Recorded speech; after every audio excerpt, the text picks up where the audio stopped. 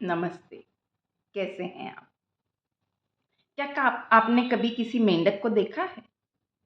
शायद सभी ने देखा होगा। और जब बारिश के दिनों में तो मेंढक की टर्टर भी हम काफ़ी सुनते हैं।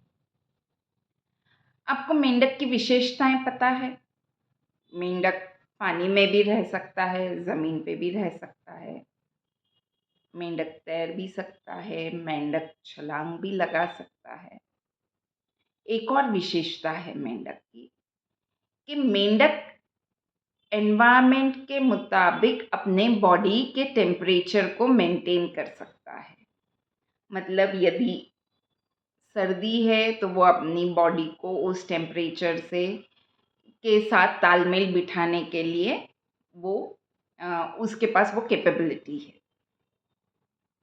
इसी तरीके से यदि मौसम गर्म है तो उस गर्म मौसम में वो सर्वाइव कर सके, वैसे वो अपने बॉडी के टेम्परेचर को चेंज कर सकता है। एक बार एक जार में एक मेंढक को रखा गया और उसमें पानी डाला गया। ठीक है, टेम्परेचर ओके था तो मेंढक वॉज ऑल्सो कंफर्टेबल, आराम से था वो उसके अंदर। फिर कुछ समय बाद उस जार का टेम्परेचर थोड़ा बढ़ाया गया। तो मेंढक ने थोड़ा हाथ पैर हिला के खुद के बॉडी के टेम्परेचर को उस पानी के टेम्परेचर के साथ एडजस्ट कर लिया। फिर थोड़ी देर बाद फिर से थोड़ा-सा टेम्परेचर बढ़ाया गया। फिर से उस मेंढक ने खुद को थोड़ा-सा बॉडी को हिला के उस टेम्परेचर के साथ खुद को मैच कर लिया।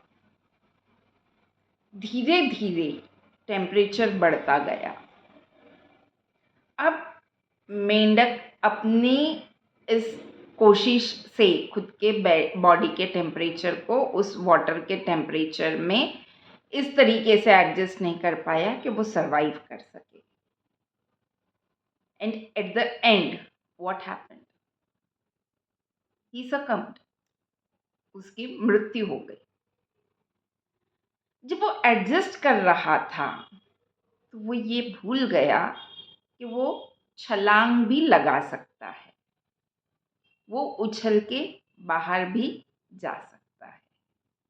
यदि इस बात का मेंढक को एहसास रहता, मतलब वो यदि कंफर्टेबल नहीं रहता उसमें, अपने कंफर्ट जोन से बाहर निकलना चाहता तो वो छलांग लगा के बाहर निकल सकता था।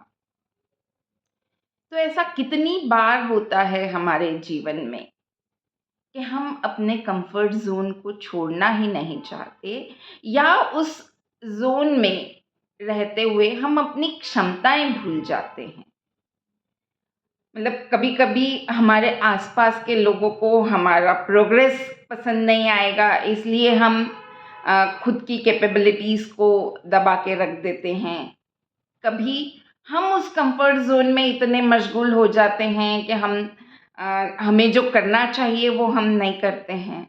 जैसे मान लीजिए कि एग्ज़ाम्स नज़दीक आ रही है तो रोज़ स्टडी करना ज़रूरी है।